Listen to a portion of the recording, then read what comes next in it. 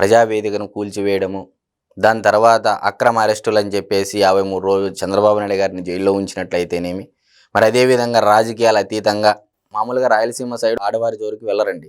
అది అందరికీ తెలుసు.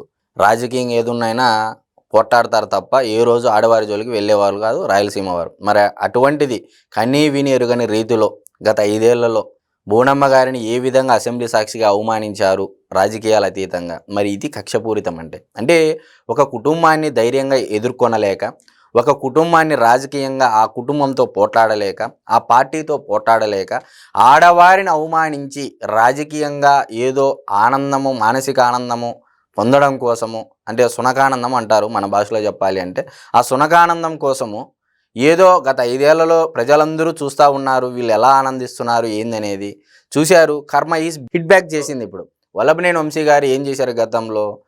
ఇష్టానురీతిగా ఆడవారిని సైతం కించపరిచారు. ఈరోజు ఏమైంది? దొమ్మితో పోయే కేసు కిడ్నాప్ వరకు తెచ్చుకోవడం జరిగింది.